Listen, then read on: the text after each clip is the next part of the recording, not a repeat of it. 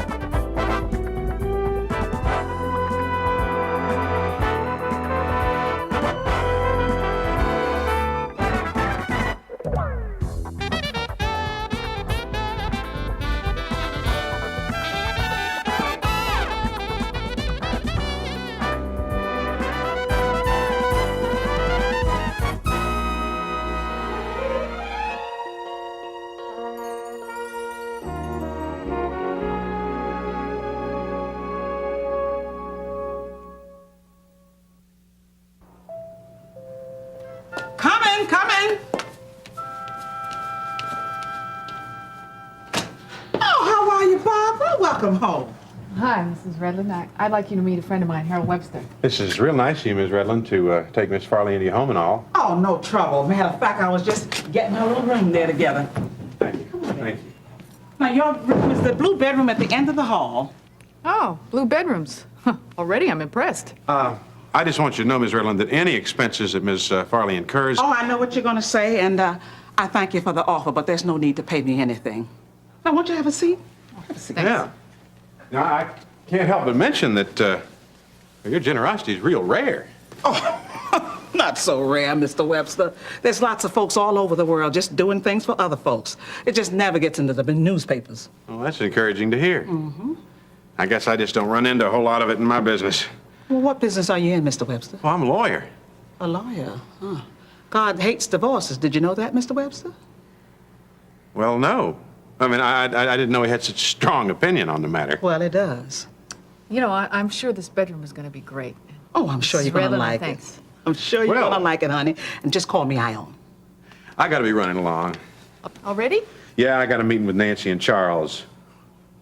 Maybe God's going to have his way in this one. Speaking of that nasty subject of divorce and remarriage, I got to run. Well, listen, you know where I am, so don't forget to visit, okay? I won't forget. Hey, look, Ms. Redland, again, I want to thank you for your hospitality and generosity. Look, I know that you believe that God provides for all your needs, but I'd feel a whole lot better if you'd let him provide through me. Now, please, take this on my account. Well, if you insist. Thank you, Mr. Webster. Okay, bye. Bye, Harold. Thanks. You know, I think you made him feel a whole lot better by taking that money. Oh, the Lord's will be done. Just means we'll have roast beef instead of beef stew. So, how did you know that blue was one of my favorite colors? Well, I didn't, but Miriam already had the pink. Oh, good. I hate pink. So, there's just Miriam and you and me? Well, no, my son Gene might be coming around from time to time with his son Jimmy. Is that the Jean that's married to Carla? Yes, you know, I love them both. I just hate to see Gene keep running around here whenever there's trouble at his house. But don't you worry. No matter who's under my roof, we'll all be family. That'll be a first for me. So, how's that new job coming along? I thought Marianne would have told you. Yeah, I knew it'd be rough going from the start. Kids always like to test. Well, it's gone beyond that. My purse was stolen, the car was stolen, and I'm being watched. What do you mean you're being watched? When we recovered my purse, all the pictures of me and the wallet were gone. Someone cut me out of my wedding photo and just left Ben. Well, you, are the cuter of the two. Russ, How do you know you're being followed? she doesn't. Look, we know someone was in my apartment. I've got a bunch of ghost phone callers, ghost door knockers, and a bunch of friends who think I'm going nuts, right? I didn't say that. Your face did. May you double fault on match point. She won't ever get that far. I am glad that you're leaving teaching, though. Wish Becky would have given up her career. I mean, when things got going rough. Or just sometimes it's better to quit. Somebody want to please help me out of this? No, you got yourself into it. Now you get yourself out of it. Ha ha ha, Marianne. I hear Marianne's going to do a portrait of you. Yeah, I'm looking forward to it. Would you do one of Ben? Yeah, I'd love it. If you have a photo of him, I could make it from that. Great. You know, that might make the perfect first anniversary gift. Well, talk to you later. Okay, I'll give you a call tonight, maybe. So long. Talk to you later about what? About what a great day we had together. Ooh.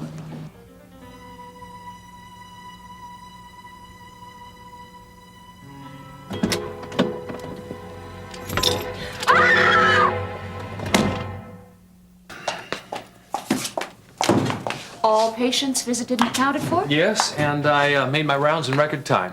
I must be getting less talkative in my old age. I should be so old. How's Lori? Well, what word can I use? Dedicated? That's the polite one. As opposed to? As opposed to being a pushover. All right, Ben, what's happened? Well, she finally agreed to leave her job at the school, as you know. And? And I thought everything was settled. We weren't arguing anymore. We had agreement and peace. And then yesterday, the principal, Mr. Kimball, talked her into staying 10 more days until the course is over. Oh, no. So she put it to me. If I was in the same position as she was, and someone was desperately needing my help... Mr. Kimball? Mm-hmm. That I wouldn't turn him down either. You wouldn't, would you? No. How do you deal with it, Terry? I mean, you and Scott had differences. Well, I don't claim to be a perfect example. Uh-huh. No, I'm serious, Ben. And I know what the word says about wives submitting to their husbands. But it's not something you can force her into. All you can really do is pray for real wisdom. And her safety. Was that Lori? Lori, what's wrong? He was there. Who? He was there. Lori, who? I don't know Doesn't who. make any sense, Lori. Wait a minute, Lori, just settle down. At my car. I don't see anybody at your car. I was so scared. Lori, just settle down and tell me everything. When I went back to the car, I saw him. Who? Russ, don't shout. Whoever it is who's following me, he was lying down in the back seat. All right. Listen, I'll go check. No, don't. Russ, no. Don't worry, I can handle this, okay? What if he has a gun? Yeah, Russ, she's right. Well, we just can't stand here. Now, look, take care of Lori. I'll be back in a minute, all right? Well, be careful, Russ.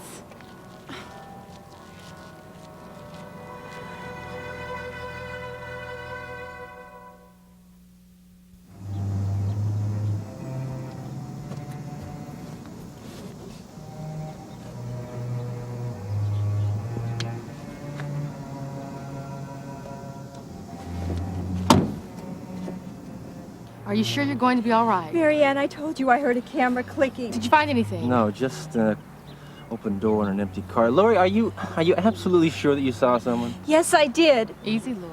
Why won't you people believe me? Lori, do you remember when we were in your apartment and we were both so scared when the doorknob started rattling and it was only Ben? I'm telling you, there was someone in my car. Where did you go, Lori? I mean, there's not that many places to go, and you'd have to run across the parking lot. Russ, now is not time to question I'm her. just trying to help. Look, okay? I don't have to convince you. I know what I saw. Lori, we believe you. Look, Marianne is right, okay? If you say you saw something, hey, we believe you, okay? So what do you want to do now? Well, I'm not in the mood to play tennis anymore. Okay, fine. Look, I'll go get the stuff from the court. Take Lori in her car, follow me to her house, we'll drop her off, and then I'll take you home, okay? I knew he'd work out some time alone with you, one way or another. You're gonna be just fine.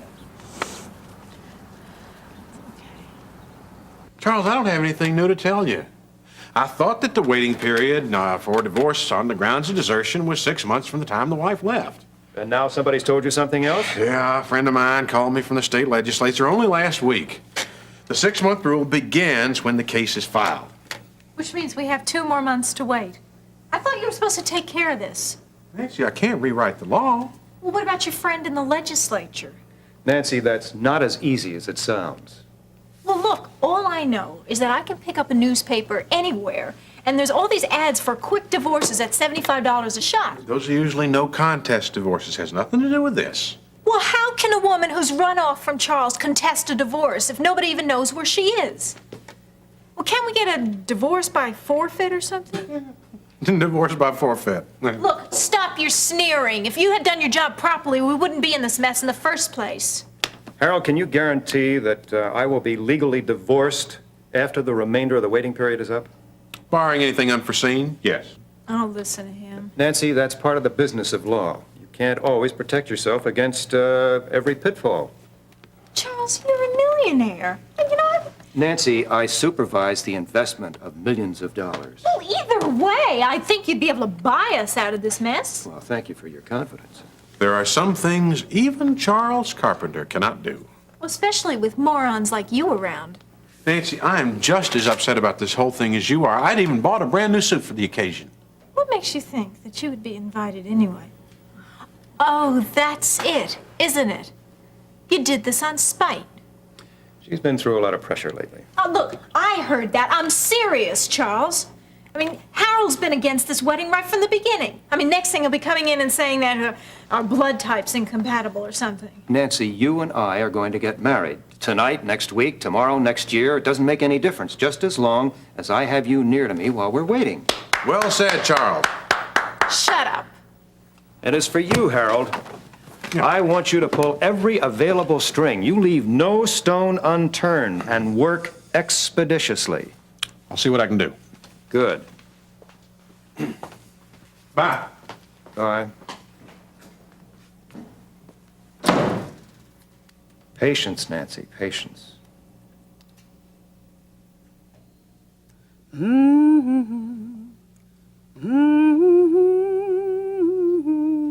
Hey, Babs, you all settled in now?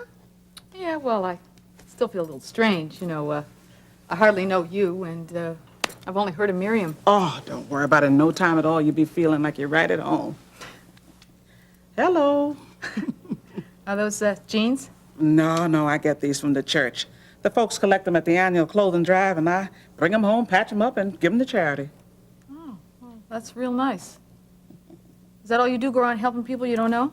Oh, I'm afraid not, but I do what I can when I can. Keep it up. You'll restore my faith in grandmothers.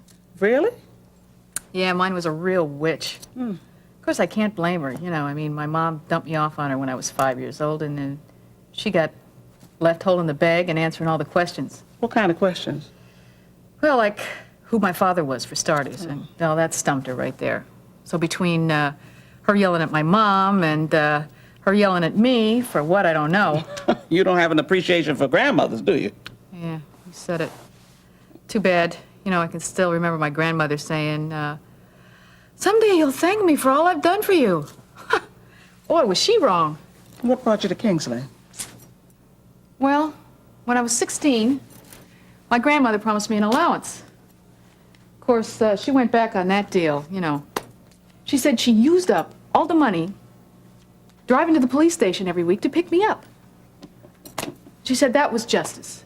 You know, my grandmother was a few bricks shy, if you know what I mean. Yes. Anyway, I just kind of hitchhiked until I ran out of money and I wound up in Kingsley. And that's when I met Marcy. She was this older broad, but she still turned a lot of heads, you know, and she took me in. Is Marcy still around? Not that I know of. I don't know whether she's alive or dead. You know, when I first met her, there was two things I couldn't figure out. One was, how did she make a living? And two was, how come she had so many boyfriends? Guess what? Both questions had the same answer. Ha, you got it. Marcy was entertaining the troops. Oh, is that what got you started? No. One night, Marcy introduced me to this executive type. You know, house in the suburbs, 3 kids, divorced. I really had a great time, you know? And then in the morning when I woke up, he was gone, and there was a $20 bill on my nightstand. You know, charity I can take, but pity I can't stand. Oh, honey, it's not pity, it's love. There is a difference, you know. Yeah, you can't sell pity. And you can't buy love. Wrong. Oh, I'm talking about God's love. That's precious beyond price. It keeps you company through the night, and when you wake up in the morning, he's still there. You still don't believe me, do you? Hey, come on, let's not go into that again. Don't worry about it. You know, Russ, this is bad enough. I don't need my own friends looking at me like I'm going crazy. Lori, I think what you're going through at that school and what you're facing is real. I'll be glad when you get out of there, too. You're as bad as Ben. You know, whoever is following me is not going to stop just when school is out. You know, he knows where I live. He knows what car I drive. Come on, get it off your mind. Just stop thinking about it.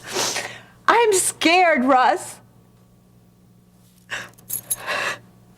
You don't have to be.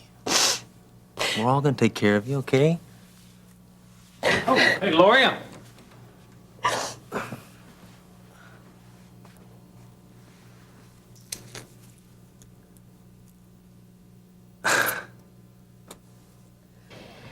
Well, a long time ago, we used to sit in the office, we used to talk in the cafeteria. Now, help me here. Is this just an unfulfilled wish of mine, or did we actually go out together? We went out. And it was such a fiasco, I'll never get another chance. Alex, I was very flattered by your attention, and I'm not voiding you because of anything you did. Or tried to do. No, I mean it. There are no hard feelings. Movie tonight? No, I can't make it. No, see no, what I it's mean? not because of that. It's just that I can't make it on such short No, notice. please, Terry, please. Yeah, I think I understand. Scott's been dead for no more than 8 months now. And for a grieving widow, that's not very long at all. I shouldn't have tried to kiss you or push you into a romance before you were ready. I don't deny that. That is how I feel. Does this mean that you don't want me to ask you out anymore? No, I didn't say that. But I think you'll know when I'm ready. Okay. I guess I just wanted you to be ready so badly that I convinced myself you were.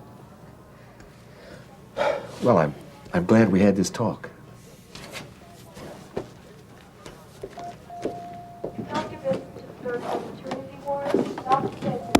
Next. Jason, were you here on business? Personal business yet? How you been getting along? Well, I'm busy, nonstop. You know how it is. Well, I do stop occasionally, though, and so should you. Biblical principle, you know, rest from work. Yes, I know. Well, all right, how about tonight?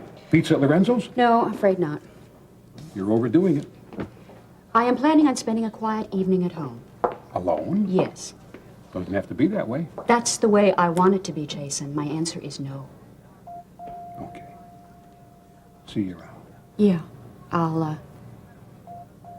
Yeah.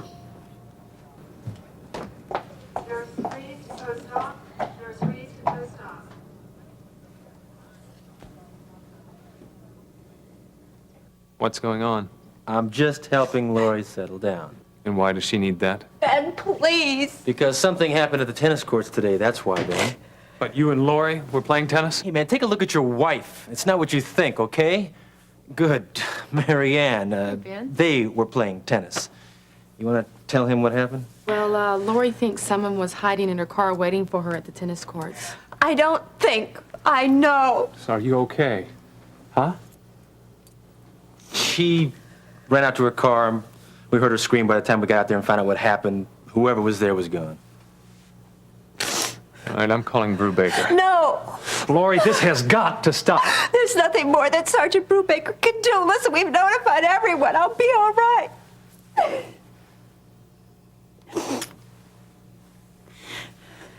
Excuse my suspicions. Yeah, no problem. You want some iced tea, Ben? No, thank you. Listen, I really appreciate you staying here with Lori. Yeah, we were glad to do it. I think we better go. No. Yeah. You don't have to do that. Right, just have your tea.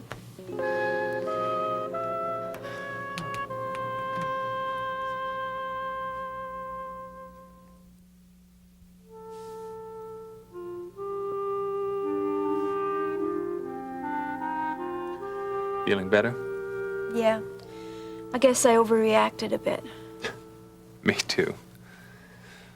Who knows, maybe the more upset you get over all this, the more likely you'll be to tell Kimball to... Not now, please. Sorry. I've got to get going. Oh, wait. You what? Well, it's already after 6 and class starts at 7. That you're going to go in and teach tonight? It's too late to find a substitute. No. Ben, No, I said no, you're not going in. then no one will be there. Fine. Then there'll be no class. You can call in. I don't have that much more time left with those kids. And I'm reaching some of them. Yeah. And one of them is reaching out for you. I gave Mr. Kimball my word that I'd finish out the course. All right, then I'm going in with you. You mean in class? Yes? I'll be your bodyguard. Now, I don't care if Kimball's did promise you protection.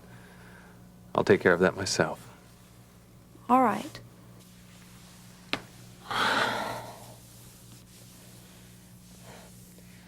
I am scared, Ben.